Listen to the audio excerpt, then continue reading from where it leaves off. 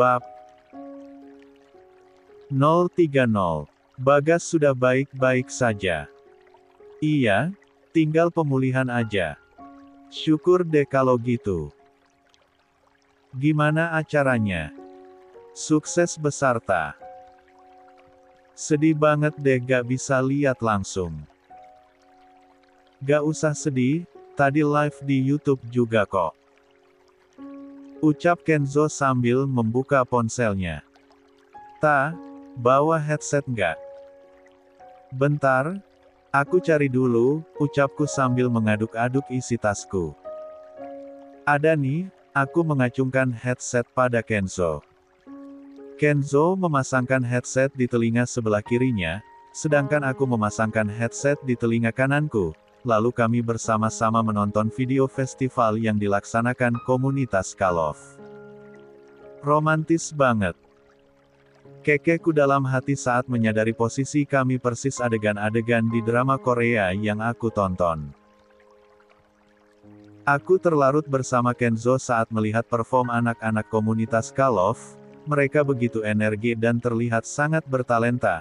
Aku dan Kenzo sebisa mungkin menahan tawa kami saat melihat Lukas berpakaian perempuan saat memerankan Cinderella di kabaret yang mereka beri judul Cinderella Next Level. Saat kami asyik tertawa, aku melihat ke arah Bagas. Ternyata dia sudah bangun entah sejak kapan. Dia melihat kami dengan pandangan membunuh dengan melipat kedua tangannya di dada. 108.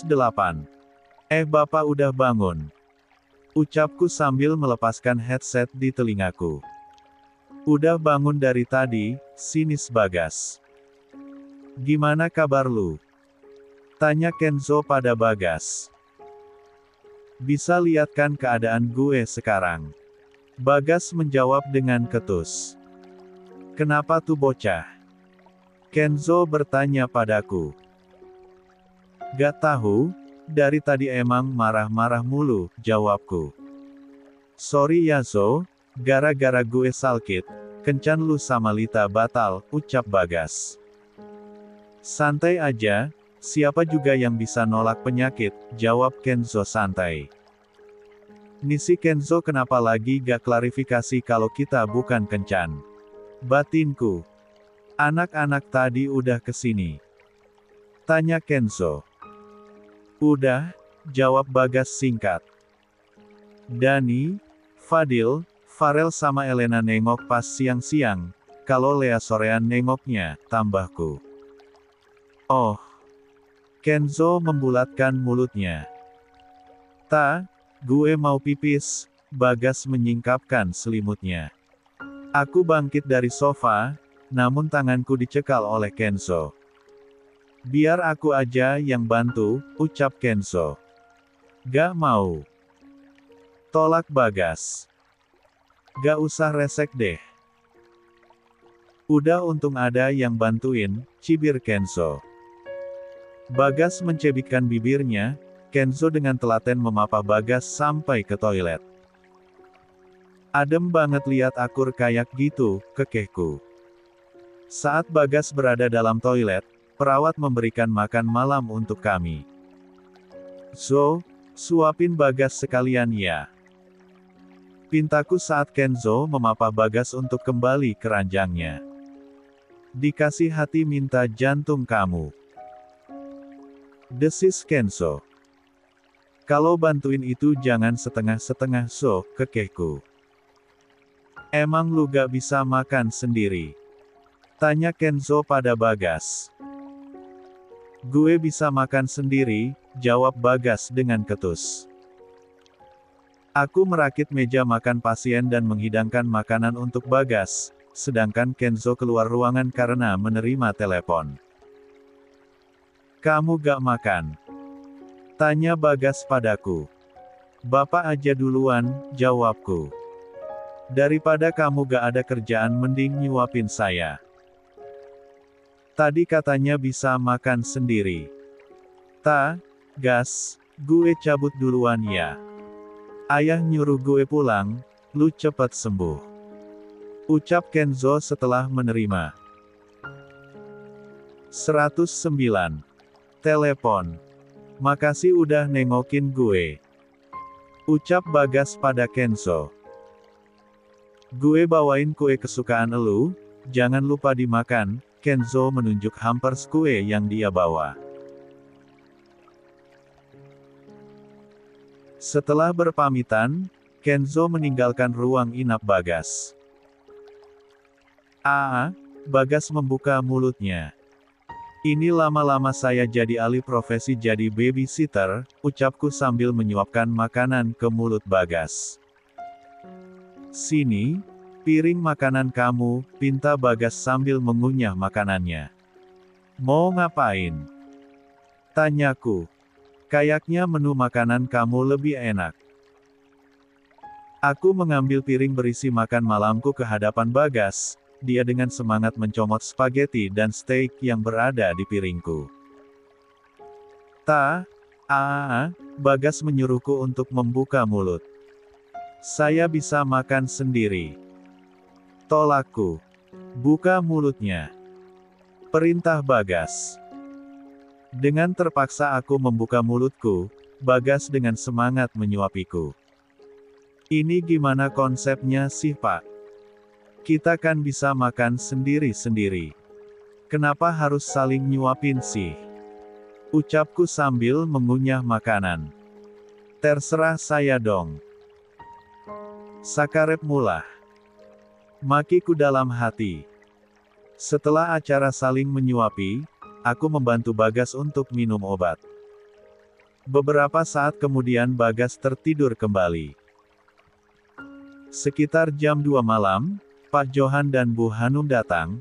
Pak Johan dan Bu Hanum mengucapkan banyak terima kasih padaku. Setelah menjelaskan kondisi Bagas, aku pamit pulang. Pak Johan memerintahkan Pak Harto untuk mengantarku pulang sampai ke apartemen. Keesokan harinya, aku masuk kantor setelah jam makan siang. Pak Johan mengizinkanku untuk masuk siang karena aku sudah menunggui Bagas sampai larut malam. Berhubung Bagas tidak ada di kantor, aku bisa lebih fokus untuk mengerjakan pekerjaanku yang terbengkalai. Jika ada Bagas, aku harus mengerjakan pekerjaan Bagas dan juga pekerjaanku. Sudah 5 hari Bagas tidak masuk kerja, hidupku terasa damai.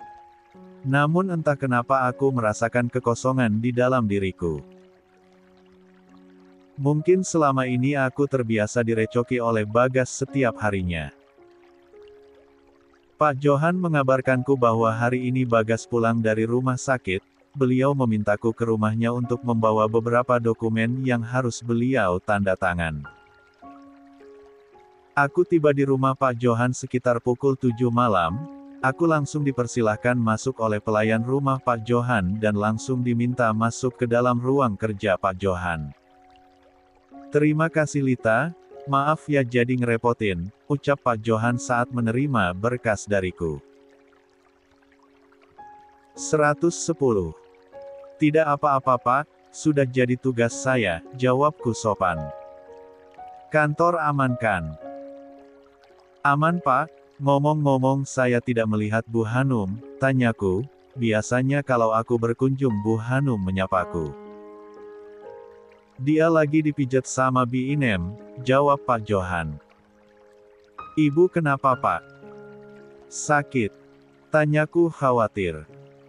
Dia stres ngurusin si Bagas 5 hari kemarin, kekeh Pak Johan.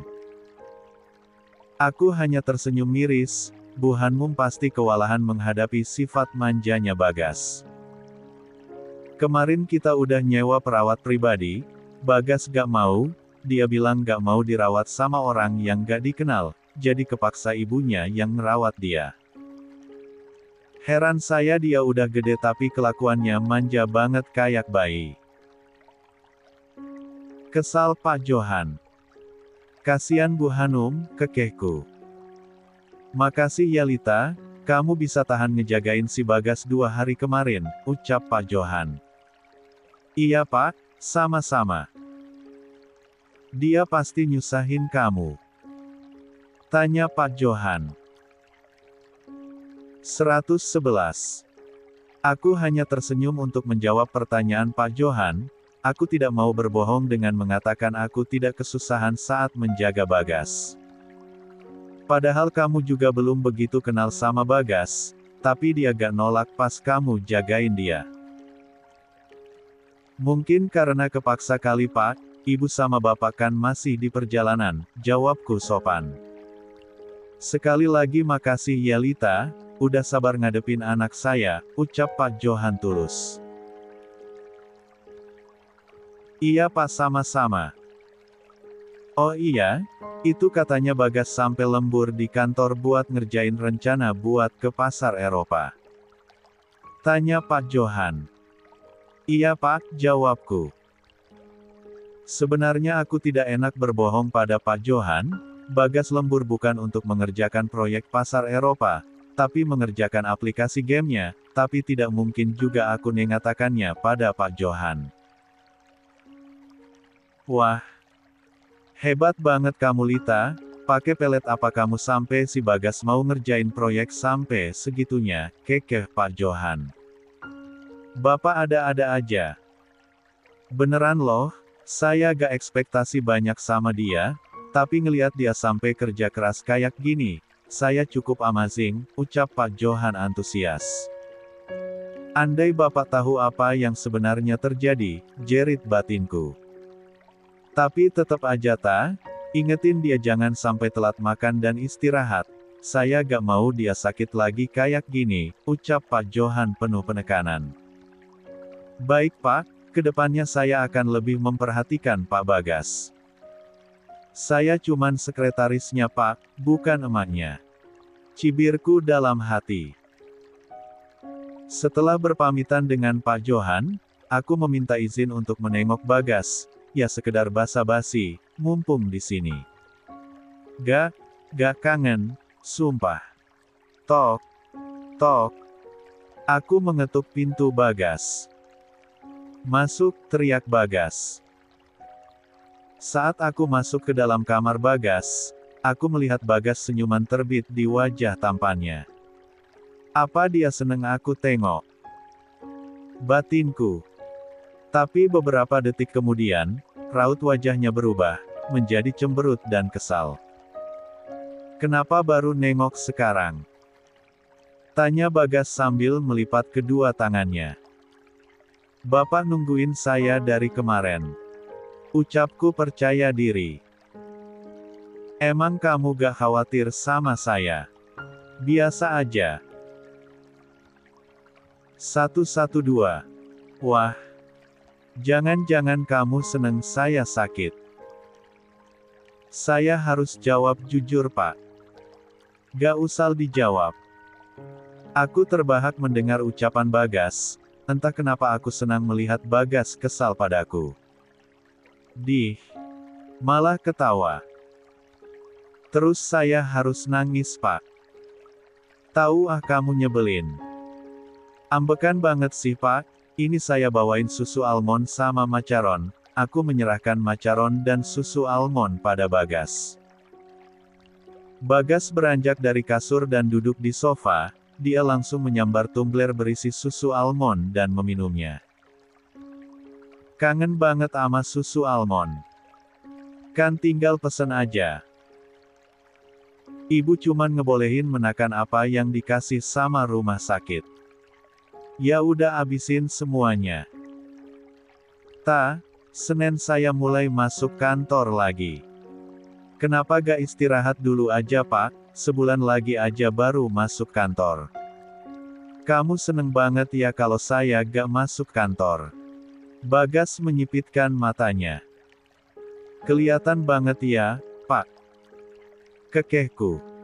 Jadinya pengen cepet-cepet masuk kerja. Sinis Bagas. Aku menghela nafas panjang mendengar ucapan Bagas, sepertinya hari-hariku yang damai akan segera berakhir. Kantor Abimanyu Group. Bagas sudah kembali bekerja, dia tidak ada habis-habisnya merecokiku sejak pagi, dengan permintaan-permintaan remehnya. Pak, rencana kerja pasar Eropa kapan mau dilanjut lagi? Tanyaku.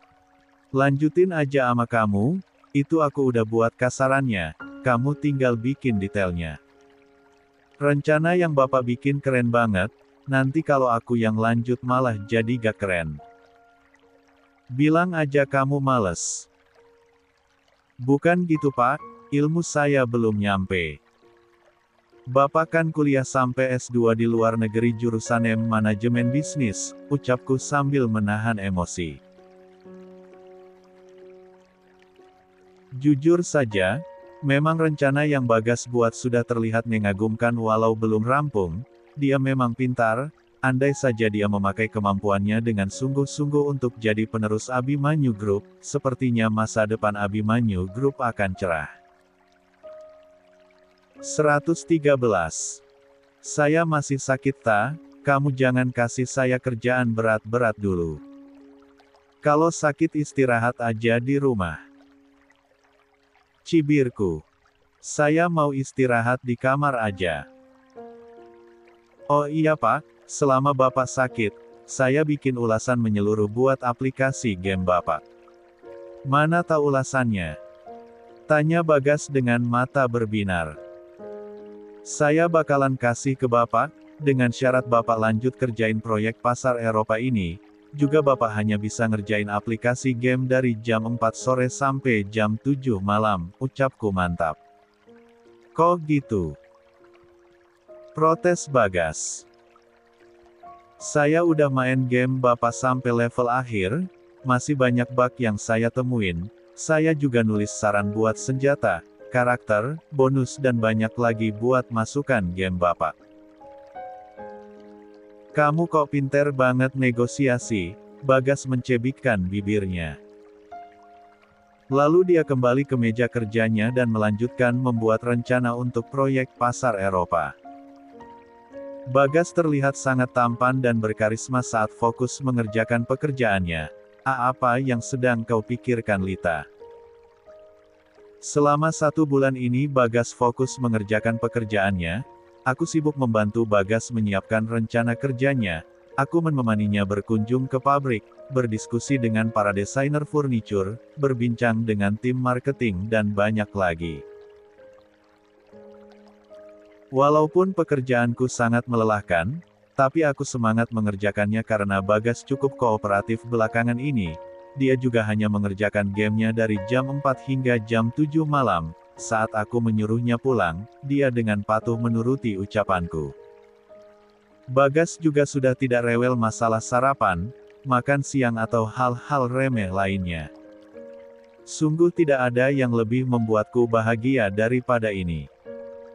Sepertinya Bagas sudah mulai insaf, semoga saja bertahan lama, doaku dalam hati. Pak, besok kita harus memaparkan rencana kerja Bapak di hadapan Dewan Direksi hingga manajer, ucapku. Masih banyak yang harus dikerjain, Bagas menghela nafas panjang. Apa saya minta reschedule waktunya gitu Pak, ke Pak Johan? Gak usah, cuman kamu gak apa-apakan kalau lembur malam ini. Tumben nanya, biasanya kalau lembur ya lembur aja. Gak pernah nanya-nanya, batinku. Iya Pak, saya ikut lembur hari ini. Setelah pekerjaan Bagas hampir selesai, aku berniat membuat presentasi untuk besok, tidak terasa sudah jam 8 malam. Ta, bantuin saya ini dulu, pinta Bagas. Aku meninggalkan kursiku dan membantu Bagas. Pak, itu saya lagi bikin PPT buat Bapak. Bapak besok udah siap buat maparin rencana kerja. Tanyaku. Siap gak siap harus siapkan. Cibir Bagas. Iya sih. 114. Aku menyesal makan malam terlalu banyak tadi, mataku berat sekali, padahal masih jam 9 malam. Sepertinya efek sebulan ini aku benar-benar lelah mengerjakan proyek ini bersama Bagas. Setelah selesai membuat PPT, aku mengirimkan PPT yang aku buat pada Bagas, agar dia bisa dia review. Kalau ngantuk tidur aja di sofa, entar jam 10-an saya bangunin, Saya antar pulang, ucap Bagas. Sepertinya Bagas menyadari aku sekuat tenaga menahan kantuk saat ini, sumpah malu sampai ubun-ubun, kayak bocah aja jam segini udah ngantuk. Enggak pak, saya gak ngantuk kok. Dustaku. 3 menit kemudian sepertinya aku tertidur di meja kerjaku. Lagu Kill This Love dari Blackpink meraung-raung dari ponselku. Memang aku memasang lagu tersebut untuk alarm di ponselku. Tanganku menggapai-gapai meja di samping kasur, berharap bisa mematikan alarm di ponselku dan kembali melanjutkan tidur.